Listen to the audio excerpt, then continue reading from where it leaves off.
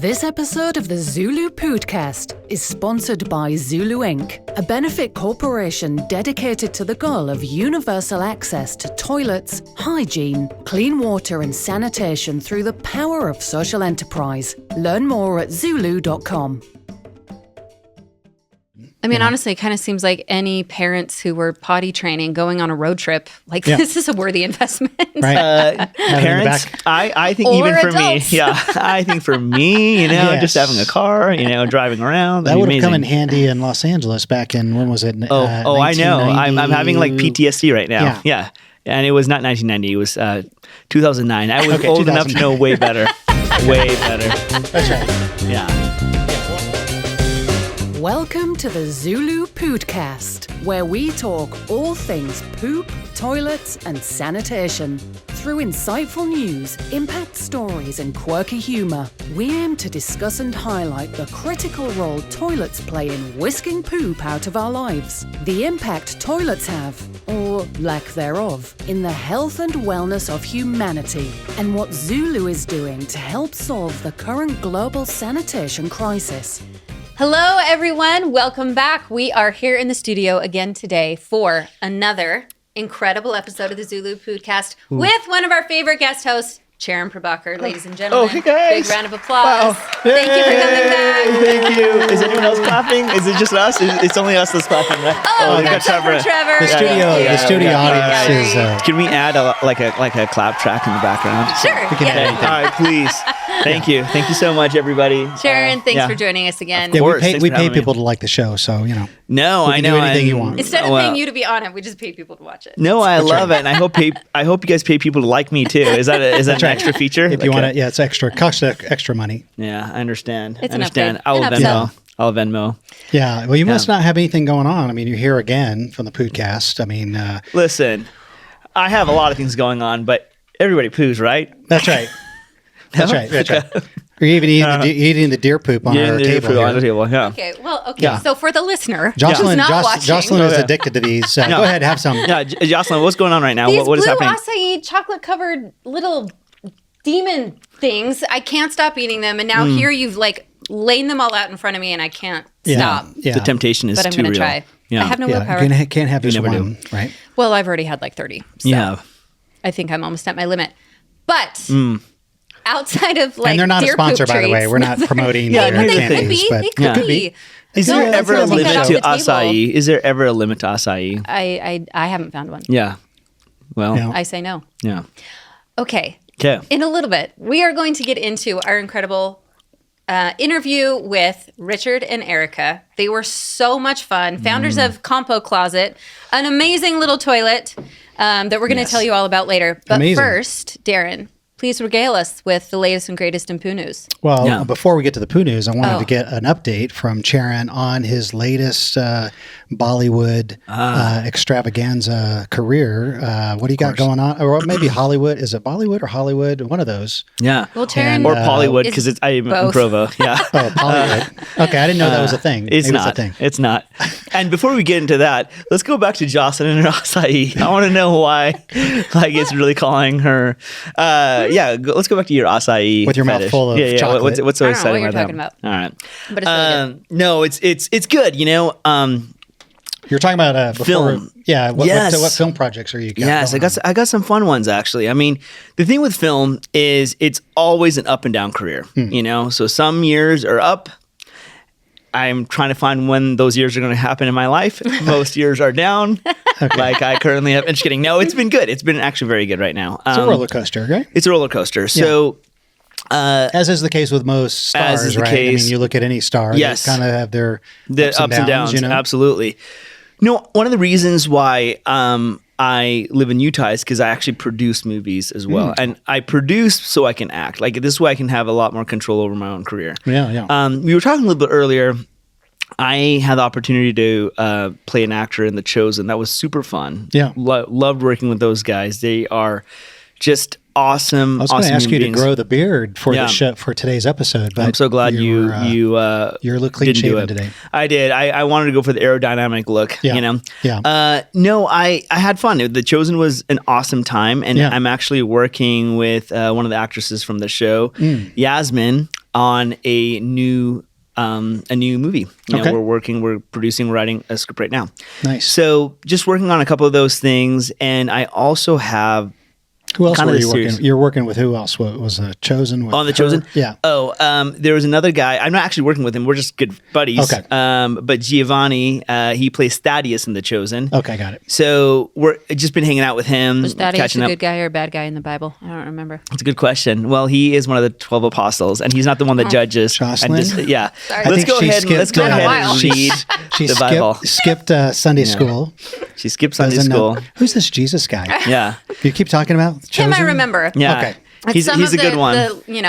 The supporting characters I'm not as familiar with. Right. There's only one that betrays him, and it wasn't Thaddeus, so Okay. we're good. I remember that. Yeah. So no, it's good. It's like it's a lot of fun. I mean, I think the biggest thing though, like film career wise, that I'm like learning is, you go do this career for a bit of time, and you realize after you're doing this for a bit, film just requires so much energy. You know what I mean? Like you're just putting so much energy, Yeah. and you're putting so much attention to like creating characters and all of this stuff. What exactly? Oh man, she is so addicted. You guys, if you're listening, Did you just catch know that? Did you catch that, Trevor? Jocelyn is chewing more acai. If you're getting antioxidized right now, it's her chewing that's causing her aura that was the to. last one. Okay, that anyway. was the last one. All right, There was well, one that was calling my name, and now I'm I'm done. sure it. Okay. Well, we'll see about that. Continuing. But anyway, what I was going to say was, because it's like such a challenge, you really want to like make sure you're putting effort into things that you're passionate about. I remember having this conversation with a man by the name of Jake Eberts. Jake Eberts, he's actually passed away now, but he was a producer, produced movies like The River Runs Through It, Chariots of Fire, like big movies. He was Robert Redford's like big producer. Nice. And he invited me, like he used to have a house at Sundance, and so I had visited him. And he was even telling me, invited me inside. We were kind of having a good chat. And he was just a really nice guy, like very open book, very, very generous with his time. And he was telling me, he's like, Sharon, when you set off to like go make movies, don't like, make sure you're passionate about it. Yeah. Like, don't create something that you just do just to make money. And he's like, in my career, I only made one movie where I did it just for the money. And it was a terrible experience. I'm like, oh, that's terrible. What's the movie? Yeah. And he's like, Mario Brothers. And it was like the original one in the 90s. And I remember it was a bad one. It was it was catastrophic, and not in a good way. It just wasn't that great. And he just said he spent so much time and effort. And so I always took that to heart. Yeah. And so even currently, I'm kind of redefining what I like and what my tastes are in films. Yeah. I just had a Okay, what are you working on right now? well, I had a movie release last year in October, and so super fun. I got to go to London for it, which was amazing. Nice. Got to go promote that movie. It's called Alien Country. I think I was actually working on that. You were working on it. When the very first time we had that, I was on the Poodcast, and now it's done. We should show a clip. It's on of Amazon. it. Yes, please. Please show a clip. There's not any Is there any poop in it? humans pooing, but I'm sure there are aliens that are, taking care of excrements and all that kind of stuff. Fun movie. They just really fun shoot movie. it out of the back of the spaceship. Absolutely. It teleports away back to their home planet, so it's fine. Well, they just dump it off in Nevada or somewhere. They do. New They Mexico. do. Yeah. Area 51. Oh, wait. Is that in New Mexico or Nevada? No, it was Nevada. It's Yeah, Roswell. I'm getting Roswell. Okay, sorry. Roswell's I'm getting my got- alien places. Yeah, I'm sure they confused. got some alien poop there too. Yeah, they do. They really do. In a museum I saw they had a big pile of it that glowed in the dark. Really Very cool. Fluorescent. Absolutely. fancy. We should go down there and check it out. We really But should. We could do a whole movie about it. Dude, that's a whole other topic right there. Yeah, because no one's ever done a movie on alien feces, have they? I don't think so. I don't think so. I am Usually really starting we're to feel kinda the stuck. dynamic here. Yeah. It's two guys and one We're girl. really Whatever do you kinda mean? stuck. Listen, here, have another acai. You'll feel better. Oh, is that what this is for? Yes. Just Yeah, that's right. Make sure I'm not chiming in Distraction. too Jocelyn, often. just keep eating your chocolates. Just keep eating. And All right, listen, boys. eat some. We don't have bonbons. No, but And here's so- something that'll make Jocelyn feel more engaged. angle-wise of where I'm going to go with films, I want to do more rom-coms, actually. I really do. Okay, what is it about me that makes you think I would be more interested in rom-coms? Because when if it's we not had British, a conversation... it's not about World War II, and if Eddie Redmayne's not in it... Okay, I'm listen, probably I not remember a interested. very distinct conversation when you called Sharon, we should write a rom-com. So that's what brought this whole That's thing true. up. I still have lots of Yes. Hallmark-worthy Yeah. ideas. No, I kind of miss, like, I was thinking about this. You guys remember just like movies in the 90s that just were so focused on characters and charm and wit, and they just kind of made you feel good, made you feel hope, right? Yeah. I was thinking about this because the last, I don't know, however many years, people have lost a lot of hope, you know? And so I want to make things that just kind of bring a little bit more levity, a little bit more joy, a little bit more light. And it's funny, like a friend of mine was having a conversation with an agent at CAA, which is like a very top acting agency in LA, and asked them, what are you guys looking for movie-wise? And they're like 76% or 70% of like what we're looking for, rom-coms. Not just any rom-coms, 90s rom-coms. Okay. They specifically like kind of like retro, they like that yeah. retro. They like the wit, the charm, like the Notting Hills, like the Sleepless in Seattle, You Got Right, Mail, Holiday, like those type of you know, yes, yeah. those type of movies. Yeah. There's just something about it. Like, so if there's a whole appeal for the masses, like craving that kind of like maybe sentimentality or whatever, it's just something that I kind of want to. I don't know, guys. I think it's time for another superhero movie. I mean, call me crazy. I just don't think we've had enough. We have not. I don't have an outside Barry right now. Which superhero do you want what to see? you do? I'm just kidding. I haven't seen any of them. I don't know. Yeah. Oh, okay. There's plenty of them out there. Yeah. So Like I said, it's got to be British. It's got to be sad. And it's got to probably have a war in it. Yeah. And then I'm all Jocelyn over loves into being it. depressed. I don't know why. it. Not long term. Just, acutely depressed. like 1917, that movie, you probably were into that, right? Because No, I didn't see 1917. Handsome British soldiers, What's that one? the World War I, where they did the whole thing in one sort of continuous Oh, well, that's Atonement. thing. And now we're talking about something very sacred. Yeah. And the mood's going to shift real quick. I could nerd out about that for a long time. I haven't seen that one, Atonement. So good. There's a massive oneer on the beach. And anyway, how's the Pooh news? Let's get into that. Let's go to Pooh News. Okay, well, Pooh News on that take. We're talking about the Pooh News today is about brain fog. Have you ever had it? Did you not hear what I said about perimenopause? Too many of these chocolate things will give you brain fog. No, that's the cure. But and a lot of people know this already, but they've really scientifically shown that the brain fog is in most cases connected to a gastrointestinal disorder. Really? That gut brain connection, and they found that. And it can be caused by a number of things like IBS, irritable bowel syndrome, too much bacteria, the wrong kind of bacteria in the gut, and also they've shown that you've heard of like long COVID. People have whether they got it from the vaccine or whether they got it naturally. The COVID hangs out in the gut. The COVID virus. I didn't even know this actually. And even if you feel fine, no symptoms, that COVID virus or fragments of the COVID virus is still in the gut. And that's what causes that, people think, oh, I still have brain fog, even though they're not sick, like, with a cold or respiratory issues, they still have the kind of brain Does it memory define issues. brain fog in there? Like, I'm curious if there's like a medical definition of what that is. A term used to describe difficulties with concentration, memory, and overall mental clarity. I mean, that just sounds like Just life. Just every day, right? And it's been linked to COVID-19, and but they found that the COVID virus hangs out in the gut. Sometimes it causes cancer. And they've had all these incidents of people, like really young people, like that they've never seen before, 18 years old with colon cancer. It's like impossible, never heard of before, and they've tied it to that COVID is in the gut, right? And so it's been a lot of research on that, and eliminating. There's other different treatments that you can do to purge the virus out of the gut. right? And so then they found that doesn't occur to them anymore. But I know it was kind of a fascinating article. Yeah. We'll put a link to in the show notes. But So if you are having trouble concentrating, troubles with mental clarity, what was the other definition or qualification? Overall, Just overall confused about everything. Yeah. Like I am right now. Like what's happening now. difficulties with concentration, memory, and overall mental clarity. Memory. That's a big one. Then you might have it's funny an issue with you your forgot gut. You didn't remember that one. You know? No, I didn't. No. Wait, what I are we guess I talking have long about? Yeah, I don't even know COVID. anymore. Yeah. What? But so it does say what you may have a bacterial imbalance in the gut. Well, yeah, it's not always. It could be COVID in your gut, but it could also be too much different kind bacterial overgrowth, too much of a certain bacteria in your gut. Anyway, there's so much focus on the gut that look, if your gut's not right, then you ain't right. Your brain is a little off, right? So.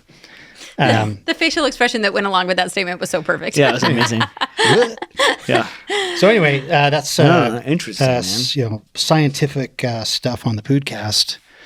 Sometimes we go deep, into Yeah, we got real cerebral right there we for a hot really minute. did. Well, let's get out of there real fast. Yeah. Well, I got cerebral fog, if you know what I'm talking about. all the authors of this article have MD behind their name, so they must know what they're talking about. Well, let's jump into our interview with two people who very much know what they're talking about. When it comes to van life, composting toilets, the things that don't work about it and the things that do work about it with their new amazing Compo Closet and their cute little toilet named Cuddy. I mean, he has a face. It's really so cute, though. It really is. Really super cute. Yeah. All right, you guys, let's talk to Richard and Erica. We are so happy that you guys are joining us today. We are sitting down with Richard Peter and Erica Pugh, co-founders of Compo Closet. And I have so many questions for you guys, particularly around van life, because in my other life, that is my life. And I have a whole You've got a lot of experience with that, or at least in your dreams you have. Yeah, exactly. In my alter ego lives in a van and has an Instagram, reality. But I like I said, Jared and I have a lot of questions. It's really, really fun when we're talking to innovators in like the toilet space, because the toilet hasn't changed for a very long time. Yes. But it's been really, really fun to talk to people from all over the world who are doing very, very cool things with the toilet. And you guys have a very specific toilet that you have innovated, made so much better. But before we get into all of that, why don't you guys introduce yourselves and tell us about, what led you to found Compo Closet? Yeah, so Erica is my sister-in-law, and during COVID, I was kitting out a van, put a composting toilet in my own van. It was a market leader, and I was like, these things are awesome. Like, you can stay off grid for so long, and they don't smell. That's the cool thing. Like, I love composting toilets because they really don't smell. And I was like, I just think they could just be better. And I was like, well, I'm sketching toilets, traveling around Europe, and I roped in Erica, and I was like, Erica, I need some marketing help, because if I'm going to make one of these things, I can't sell it. And that was 4 years ago, and here we are now, and we've got Cuddy, who was the original. Then there's a Cuddy Light, which has a slightly different smile, like a little cheeky toothy grin. And say Teddy? Is his name Teddy? Cuddy, right? Like Cuddy. Cuddy. Technically, it's a small cabin, particularly on a boat. Or if you're into House, or what is it, Doctors or whatever that thing is, that actress. Yeah. Oh, yeah, that's right. She runs Dr. House. Yeah. Yes. Okay. Got it. And yeah, we sort of started off solving our own problem, and then we learned about the sanitation crisis, and just constantly kept listening to the community, trying to improve Cuddy and Cuddy Light, and now the S1, but always having that like bigger picture in mind. And yeah, it's been really eye-opening along the way. I actually am a big fan of the Zulu Pōōdcast. Like I say, get my poo news updates every few weeks. I've been driving normally. I kind of binge download on that. But it's fascinating to hear what's going on in the space, because toilets are really hard. Toilets are a complicated system. They really are. Well, I think it would be really valuable and most people have heard of a composting toilet, but I think a lot of us, we have an idea of what that means, but maybe don't know like the mechanics of how it all works. How do composting toilets actually work? And what were some of the frustrations you guys had with the ones you were using? And how was Cuddy different? Cool. So current modern composting toilets have two principal features: urine diversion and mixing your solid waste with a carbon-rich material. Poo on its own is going to just smell like poo. There's no two ways about it. And if you separate the urine out, and they have a special seat, composting toilets will have a special seat that will funnel urine forwards, letting you keep the solids separate in the back. Those are the two secret ingredients to a happy, non-smelly composting toilet. Like a smaller version. Yeah. A larger version, sometimes you do mix them together, and you can then have a drainage to separate out the ones and the twos.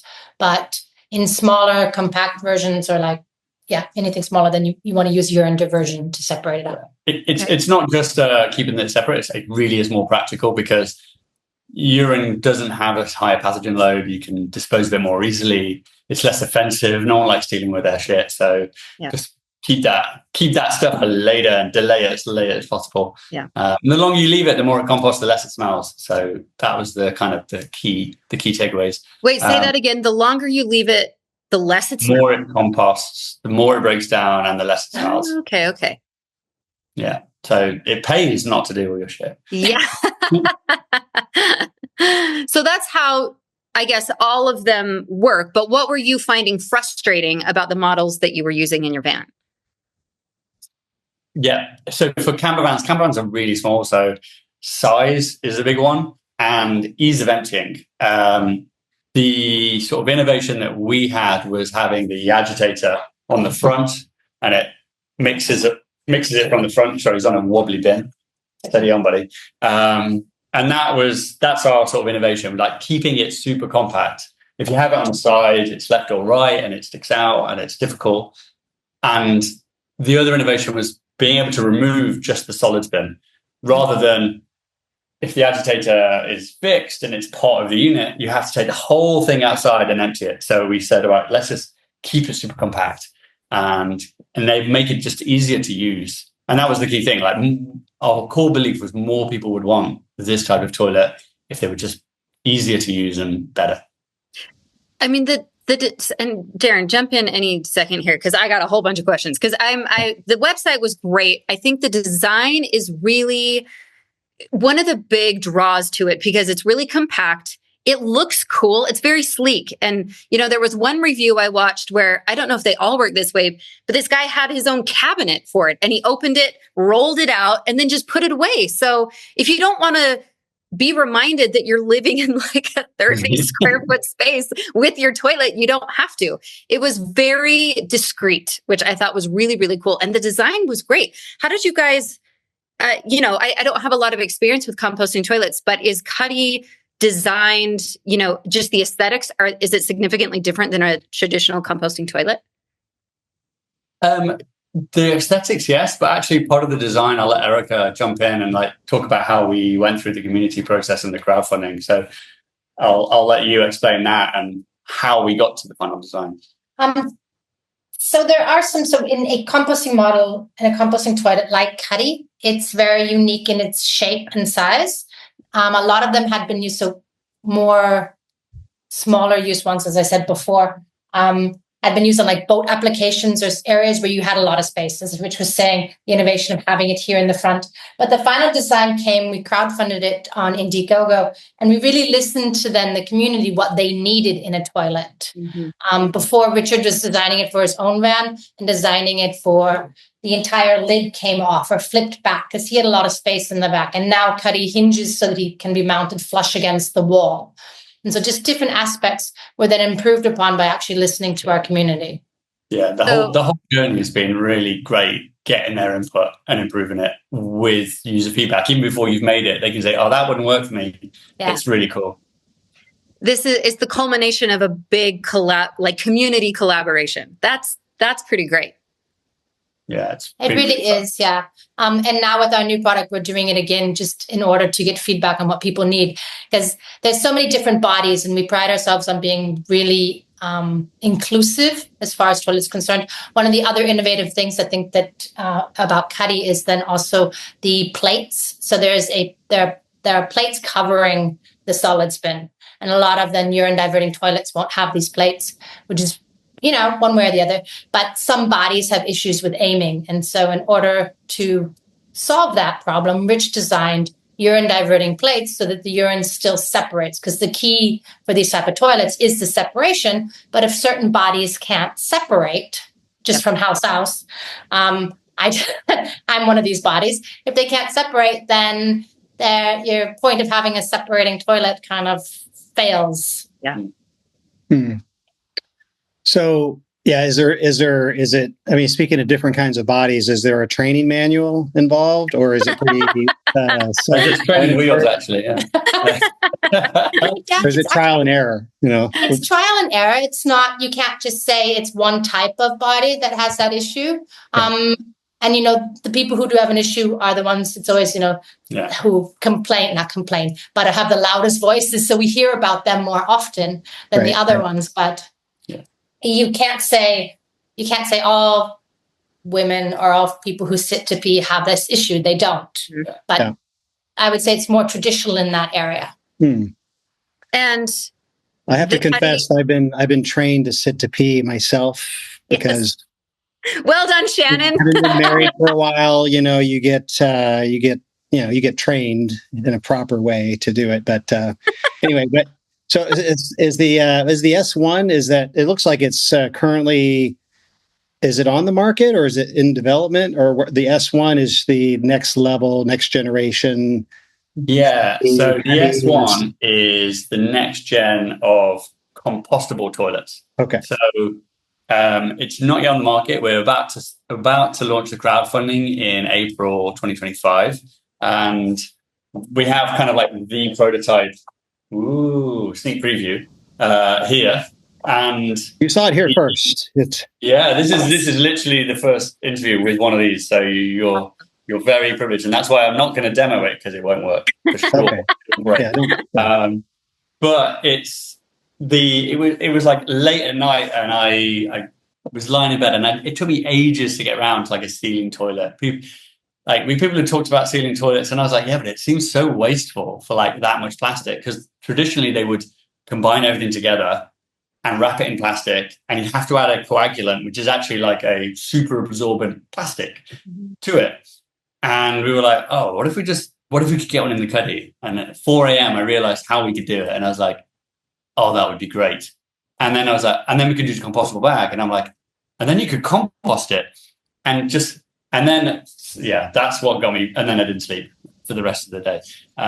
It was very exciting. It sounds like your dreams, Jocelyn. You dream the same types of things, right? What I'm dreaming about ceiling toilets and coagulants and shit. Well, I'm glad you brought up the sustainability, because there are some really cool features. And then I promise we'll kind of move on to like global sanitation crisis and where compost or Compo Closet kind of fits in there. But it's waterless, all natural, and chemical free. Yeah. Yes. So how have you guys been able to achieve that? From house. That's not the right word. Sorry. Sorry. I live in Austria a lot of times.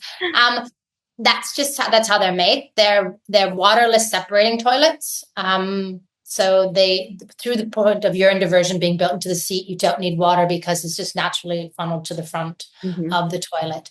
And then Rich put on a very large drop zone so that you don't have to worry about aiming. Other waterless toilets, also, they might have a smaller drop zone, but I love the word drop zone. That is perfect. Like I've always wondered. You know what it means. Yes, and why are they always so small in regular toilets? I'm like, guys, some people have the capacity for more, and you need to accommodate those people.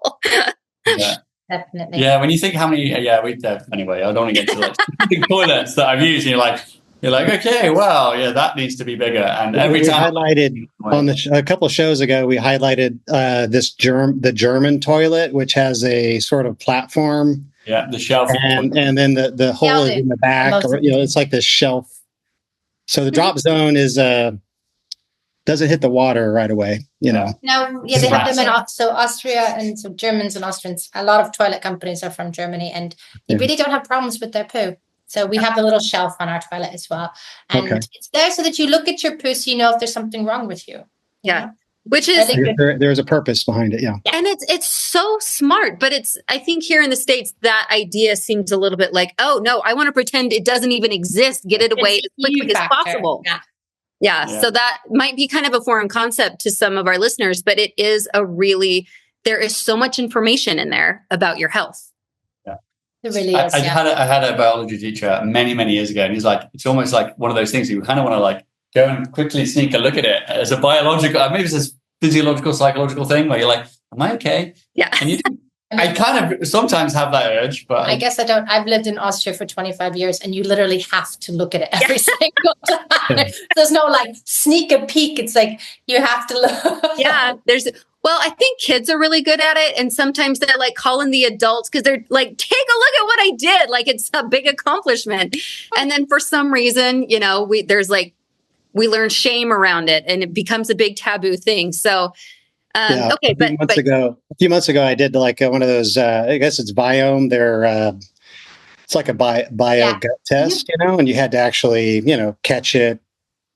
It was like a little scientific experiment. You had to put it in a bottle, and so that was kind of a trick. But anyway, so what did it tell you something you didn't know about yourself? Like what? My gut health is all messed up. So. Oh.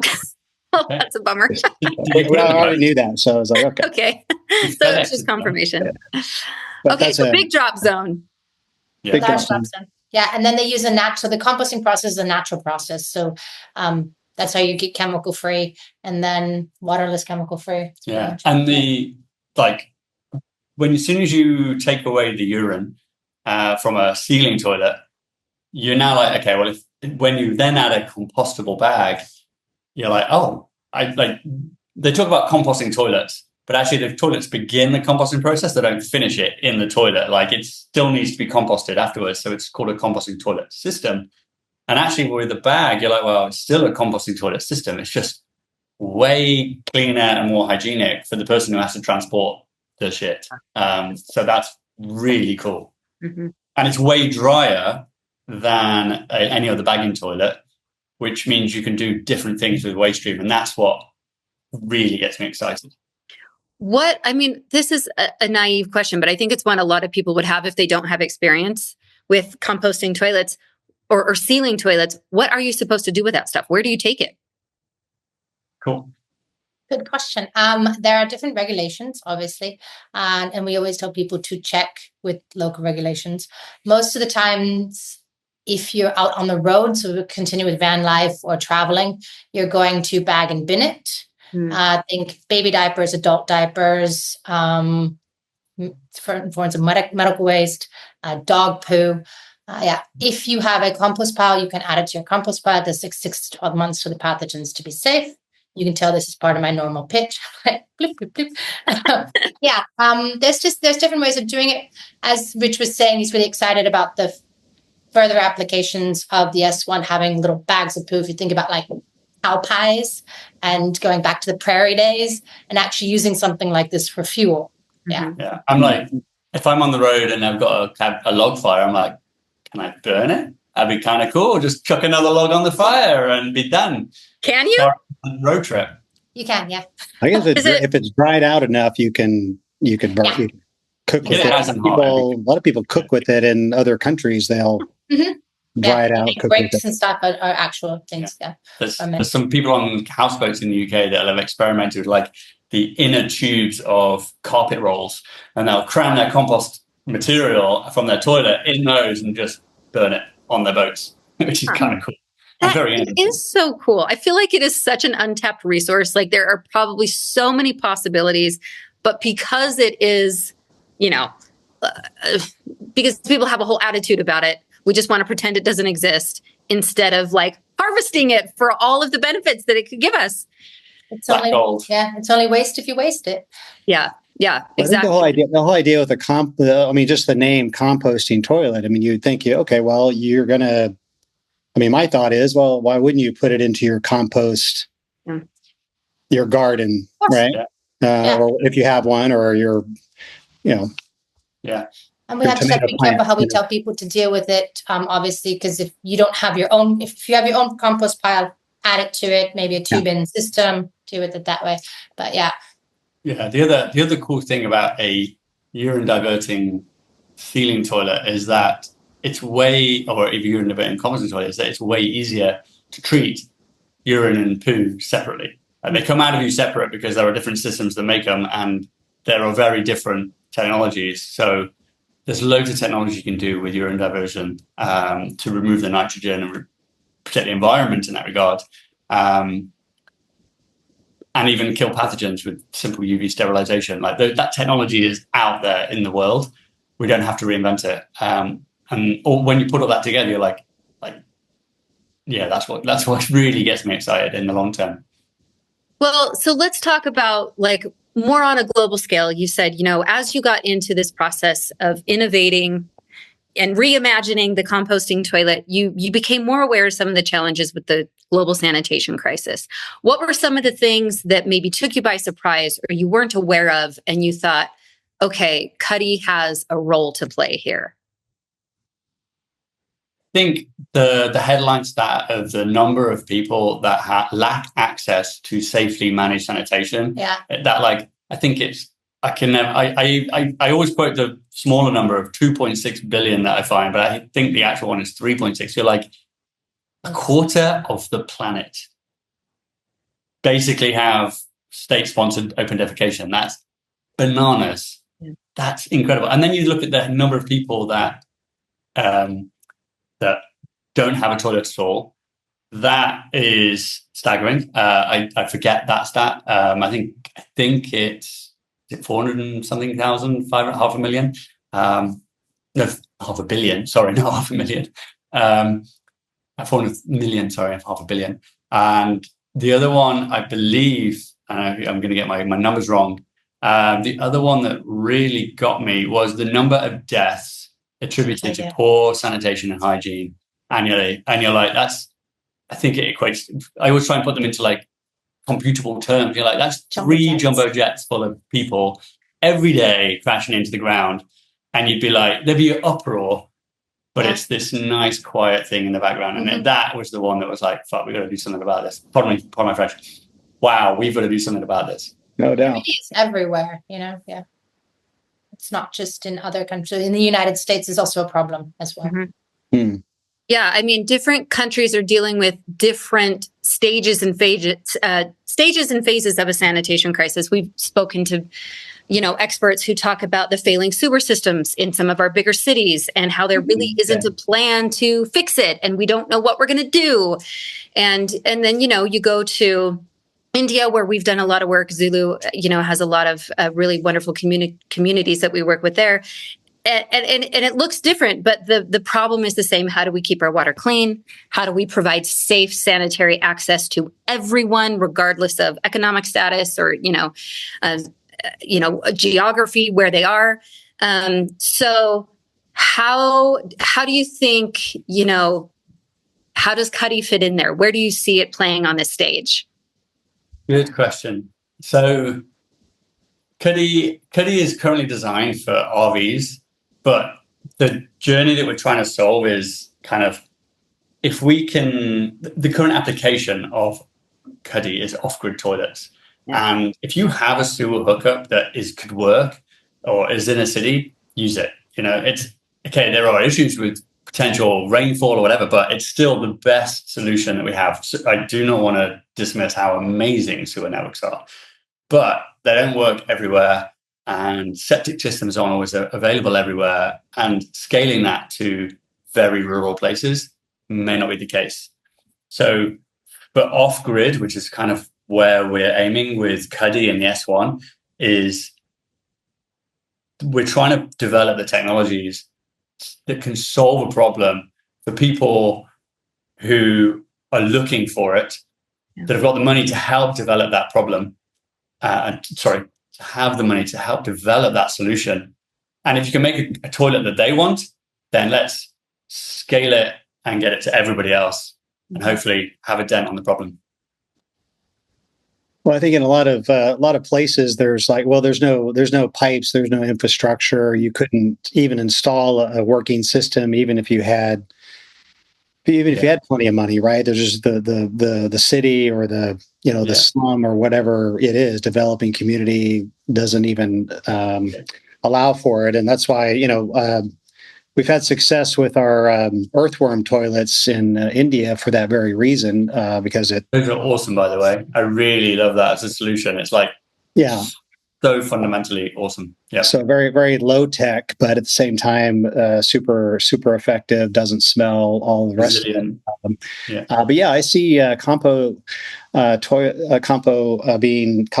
Closet being like an urban setting where like you have like the soil works if you have access to the ground. Where if you have like very high urban areas.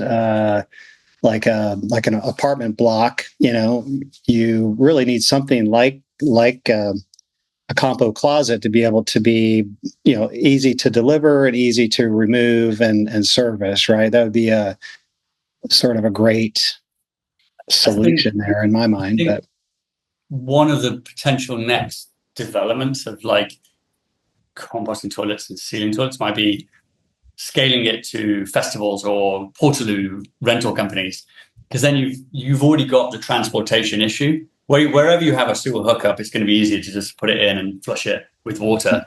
But wherever you don't, for example, building sites or festivals, the more you can dry the waste at source, the less you have to transport, the more cost effective it's going to be, and the more environmental you can be with it. And I think that's potentially the next stage. I mean, they're already starting with that though now. So yeah, I mean, the composting toilets are often the most popular at festivals, and I think there's Luwat is working in Madagascar with a ceiling toilet that they use for anaerobic digestion.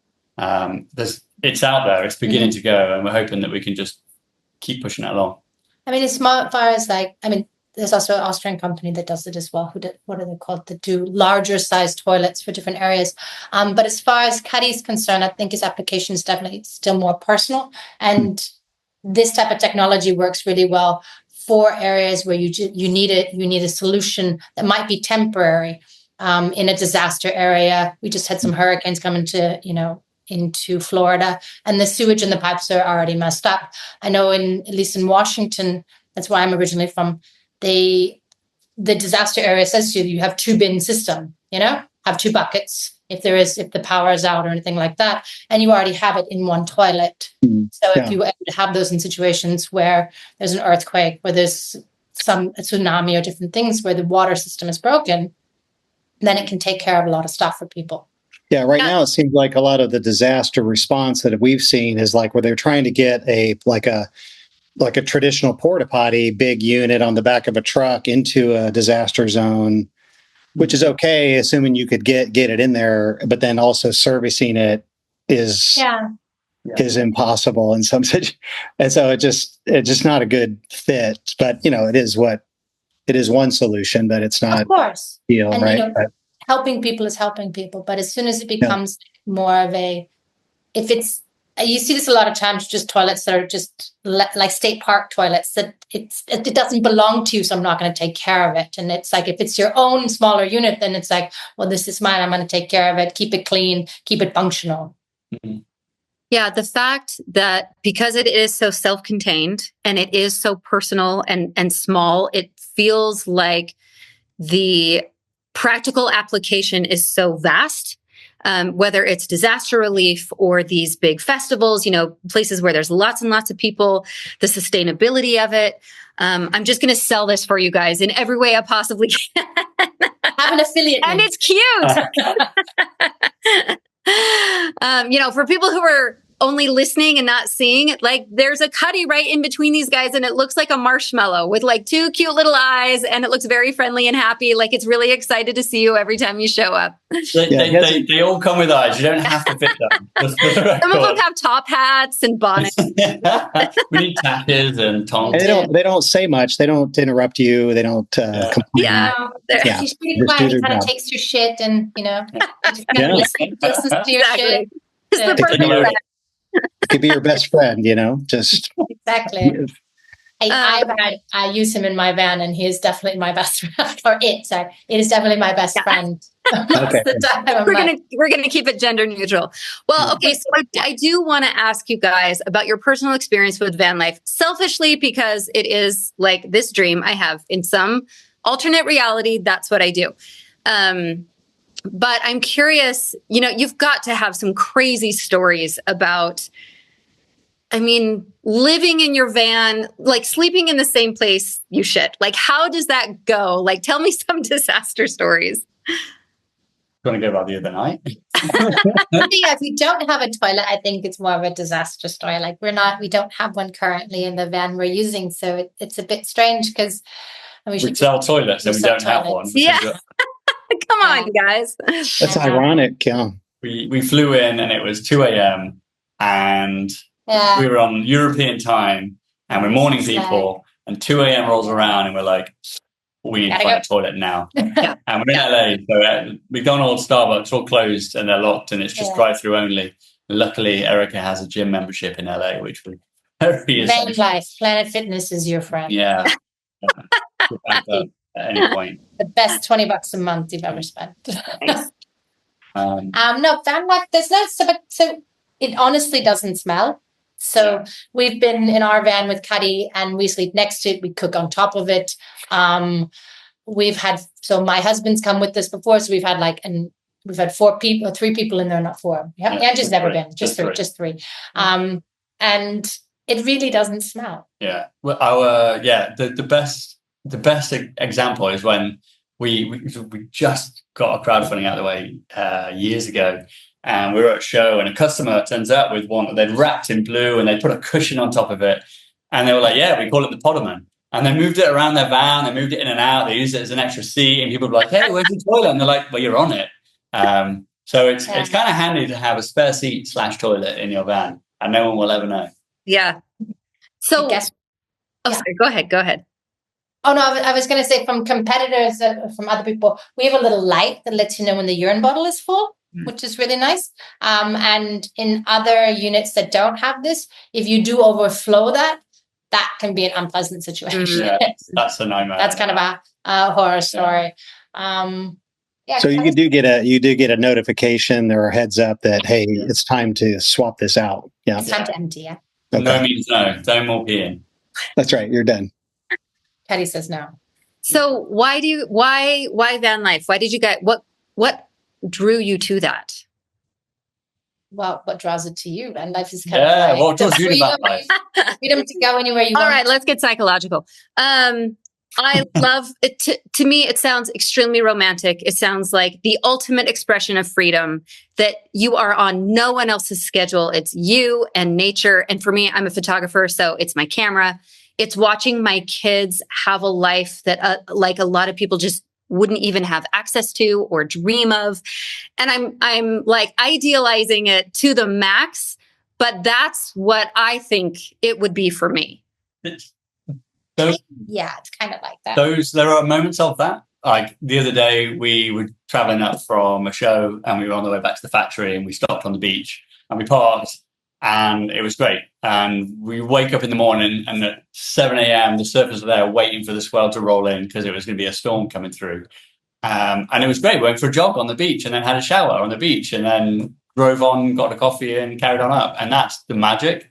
But for me, actually, van life is a lot of admin because everywhere you go, you have to find a new laundromat and a new supermarket and a new bathroom if you're not going to have a toilet in your van. Mm-hmm. And there's a lot of staring at Google Maps and looking for reviews. But it really is. The liberation you get when you do find a spot is fantastic and you just chill out and get away from it all. Okay. Well, Actually, I need to hear some of Jocelyn's the going to reality. disappear tomorrow, and we'll know where she's at somewhere. I still think it sounds worth it. It is worth it, but it's not not every single moment is as glamorous. And I think most people now will show you like there's Instagram versus real life. And it's Right. like, Yeah. I'm going to the laundromat to do my laundry. You're taking your little bag into the gym to have a shower, not just to go to the gym, but just to have a shower and different things, So. Or, hey, you need to get outside because I got some business to attend to. Unless you've got a Cuddy, and Cuddy's got it covered. Exactly. It also depends, how big your van is or how big whatever you're using is. And do you want to have a poo in front of your partner? Yeah. Is the romance then over? Or your business partner. Very intimate family relationship. Yeah. How close are you? Yeah. Well, we have just a minute or two, but I wanted to, if you could send us your link to you currently have a crowdfunding going now, right? Or you're about to? We're about to, yeah. So we'd love to be able to share that with our audience. And if anybody wants to support the crowdfund, that'd be great. Absolutely. Yeah. And follow along and help us design it and improve it, because there's loads of room for improvement. There always is. Yeah, Okay. if anyone has experience out there, let these guys know what you want to see, what you need to be different, what you're hoping for. They will make all of your, ceiling toilet dreams come true. We've actually had a few van life type people on the show. Was it Melissa Seavey's husband? Darren. Yeah. You should totally connect with him. He's a connoisseur. Yeah. And Kelsey McWilliams. We've friends with Kelsey. She was on. Yeah. Oh, yes. Yes, she was great. Yeah. Oh, that's Big awesome. fan. And she knows the shit. Yeah. Well, Erica and Richard, thank you so much for spending this time with us. It's been wonderful to get to know you guys. For our listeners and YouTube watchers, check out Compo Closet and the Cuddy. It's the cutest composting toilet you will ever own. And help these guys innovate and renovate the new ceiling toilet that's going to take over the world. Yeah. I'm so excited. And thank you so much for having us. It's been a pleasure to meet you both. I'm big fans of the podcast. I have one question. Yes. What's the link with the Yorkshire lass who does your intro? It's a very rich Yorkshire accent. We actually, when we recorded that, we thought we were getting an Irish accent, but since then, it's obviously not. So, I think we wanted some international flair kind of idea, but it's brilliant. It makes me feel Yorkshire. really. That's good to know. That's good feedback. I did not know that. I agree. I think she's great. This was before my time with the podcast, but maybe next time we should go Irish because that would be so fun. Yeah.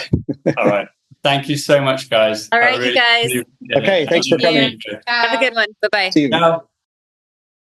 All right, you guys. Okay. Richard and Erica. Wow. That was one of my favorite interviews. Sometimes it's hard when you're on Zoom and you're talking to people, on the other side of the world to get the energy and get a cadence going. But with them, it was super easy. Yeah. They were really, really fun. Yeah, talk about passion. We're talking about passion earlier. I mean, they are passionate about these toilets. An amazing innovation for anybody that's in the toilet space, or not just the toilet space, but if you need a toilet in a compact area, whether it's a boat or a car or a van, then seems to be the brilliant solution. I mean, honestly, it kind of seems like any parents who were potty training going on a road trip, this is a worthy investment. Right. Parents, I think Or even for adults. me, I think for me, just having a car, driving around, that would have come in handy in Los Angeles back in, when was it? I know. I'm having PTSD right now. Yeah.